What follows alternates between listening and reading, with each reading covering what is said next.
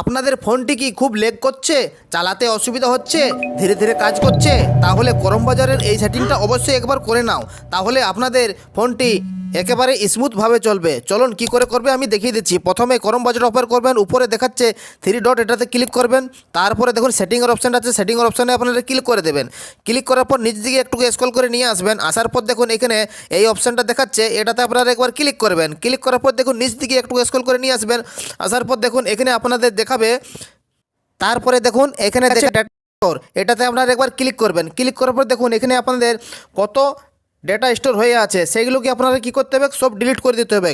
তাহলে আপনাদের কি হবে, আপনাদের মোবাইলটি স্মুথভাবে চলবে, ল্যাগ করবে না, গরম হবে না, বারবার আপনাদের ফোনটি চালাতে চালাতে সুইচ অফ হয়ে যায়, এসব প্রবলেমগুলো হবে না। এখানে দেখুন নিচে দেখাচ্ছে ডিলিটের অপশান, সেই ডিলিটের অপশানে ক্লিক করে ডিলিট করে দেবেন।